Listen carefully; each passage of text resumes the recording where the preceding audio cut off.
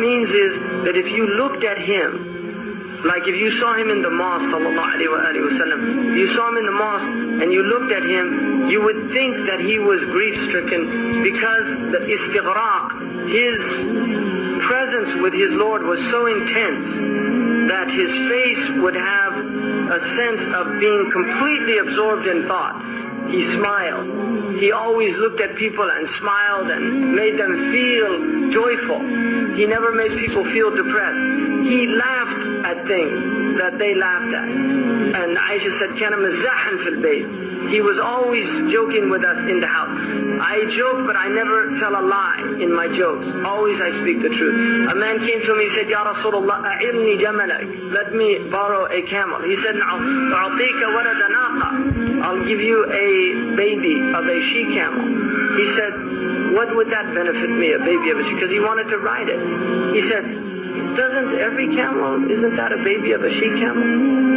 Sallallahu alayhi wa sallam. And then another time, a woman, Ajuz, came up to him and said, Ya Rasulullah, أَأَدْخُلَ الْجَنَّةِ? Am I going to go to paradise? He said, لَا تَدْخُلَنَّ الْجَنَّةِ Ajuz. Old women don't go to paradise. And she became so upset, and then he laughed and said, سَتَدْخُلِنَّ شَابَّةً. You're going to go in young and youthful.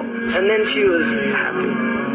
Another time the Prophet ﷺ, he laughed at things. One man came to me and said, Ya Rasulullah, halaktu. He said, ماذا حد وقعت زوجتي في رمضان. I slept with my wife in Ramadan. And I made an oath that I wouldn't, and I hadn't made the takfir. Because in Sharia you have to make the kafara if you do a bihar or the ilah or anything that prohibit a man from a wife.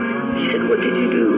ما حملك على ذلك? What made you do that? He said, Ya Rasulullah, رأيت بياض حجليها في القمر فوقعت عليه. He said, I saw my wife in the moonlight and I couldn't help myself. And ضحك رسول الله. He laughed at the man. He said, لا تفعل ذلك.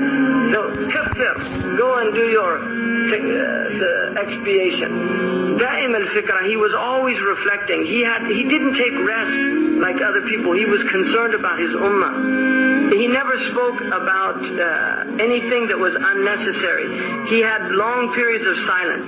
He used to open his words and close them with a full expression when he spoke.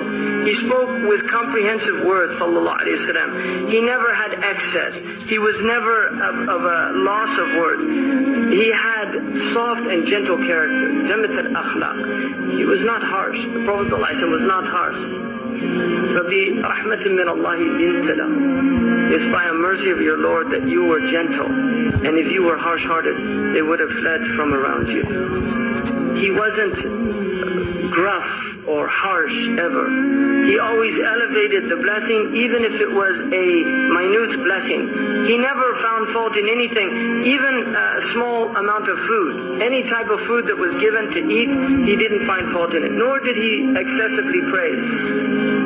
He never, there was never anything, because if he got upset, it never put him in a state of agitation. There was never a time when a right was presented to him except that he would go to fulfill that right. He never got upset for himself. Nor did he ever seek any redress for a wrong done to him. He didn't point with his finger, he pointed with the whole hand. And he would say, Subhanallah, yaqribu kafu, Subhanallah, idha ta'ajjaba. If he spoke, he would put his right thumb into his left palm, like that when he was speaking. Sallallahu alayhi wa sallam. Allahumma salli ala Sayyidina Muhammad. Most of his laughing was smiling. He rarely laughed the way most people laugh. He smiled. But when he smiled, his teeth were like hailstones. And then Hassan said, I didn't tell Al-Hussein ibn Ali about this, because they were young. And he said, I didn't tell Hussein. I kept this from him for a long time. He had some knowledge that Hussein didn't have. And then finally I told him about it, and I found that he had actually gotten it before me. And he would always occupy people in what benefited them and the ummah. And he would ask about them. And he would ask about news about them. How are they doing, and how so-and-so. And if كَانَ يَتَفَقَّدُ أَصْحَابُهُ, if somebody wasn't there, he would say, where's so-and-so? And the old woman who used to clean the masjid she used to sweep the masjid out, and one day she died, they buried her. And he came, he said, where's that woman that used to, she was a black woman. Where's the woman who used to sweep the masjid? They said, she died, Ya Rasulullah. He said, why didn't you tell me she died? You know, why didn't you tell me she died? To go pray on her. Well, she's insignificant. You would actually ask people, tell me, if you know anybody in need, come and tell me about them so I can help them. And then he told them that those people who help other people who are not able to go and get help, Allah subhanahu wa ta'ala will make firm their feet on the day of judgment.